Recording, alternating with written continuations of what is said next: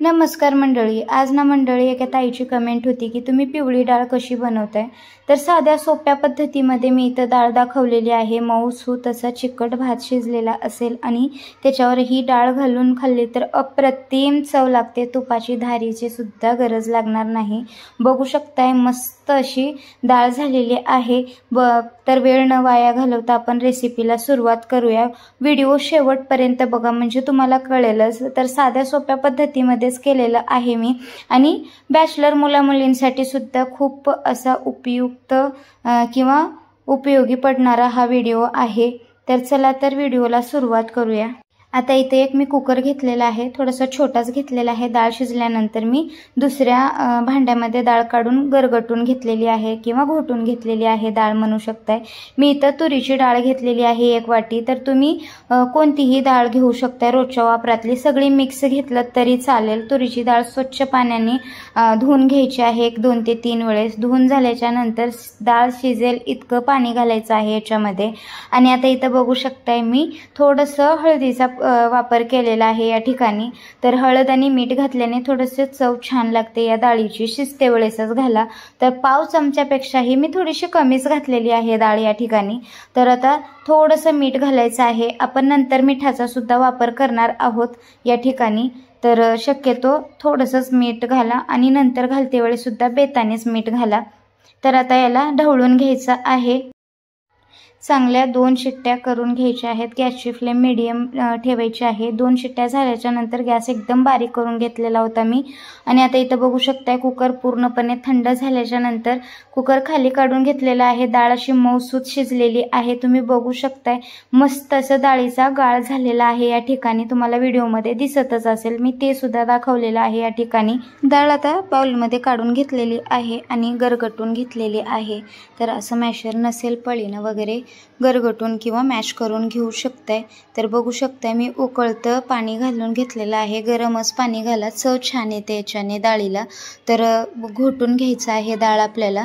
आणि हे सगळंच पाणी कितपत पातळ पाहिजे तुम्हाला तेवढं याच्यामध्ये टाकू शकताय तुम्ही. थोडंसं मीडियमच दाटसर केलं होतं मी, जास्त पातळही नाही आणि जास्त घट्टसरही नाही. तर डाळीचा प्रमाण आमच्या घरी असाच आवडतो. तर तुमच्या घरी जर दाटसर आवडत असेल तर तुम्ही ते सुद्धा करू शकताय.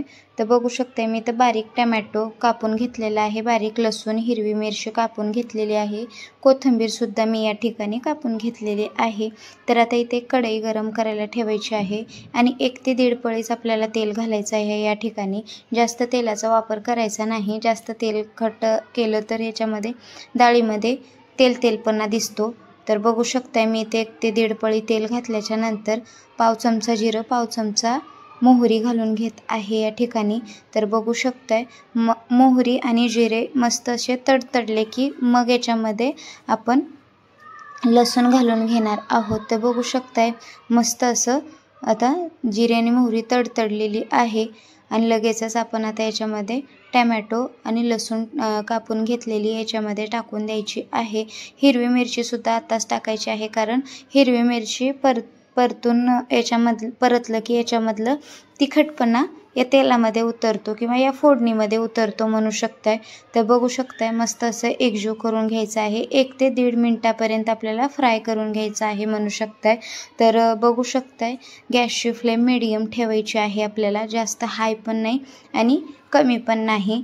तर थोडीशी कोथिंबीर मी आत्ता टाकून घेत आहे आणि बाकीची थोडीशी गार्निशिंगसाठी ठेवलेली आहे किंवा सजावटीसाठी ठेवून दिलेली आहे म्हणू शकताय. तर आता इथं बघू शकताय मस्त असं फ्राय करून घ्यायचं आहे या ठिकाणी. तर आता 1 ते 1.5 मिनटं झाल्याच्या नंतर मस्त असं फ्राय झालेलं आहे आणि लसणाला सुद्धा कलर आलेला आहे, ब्राऊन कलर आलेला आहे, तुम्हाला दिसतच असेल. आताच पाव चमच्यापेक्षाही कमी थोडीशी हळद टाकलेली आहे. हळद शिजते वेळेसुद्धा टाकली होती आपण.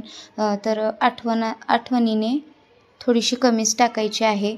आणि आता इथं बघू शकताय मस्त असं ओतून द्यायचं आहे हे आपल्याला डाळ घोटून घेतलेली. चवीनुसार मीठ टाकून घ्यायचं आहे. डाळ शिजते वेळेसुद्धा आपण मीठ टाकलेली होती याच्यामध्ये.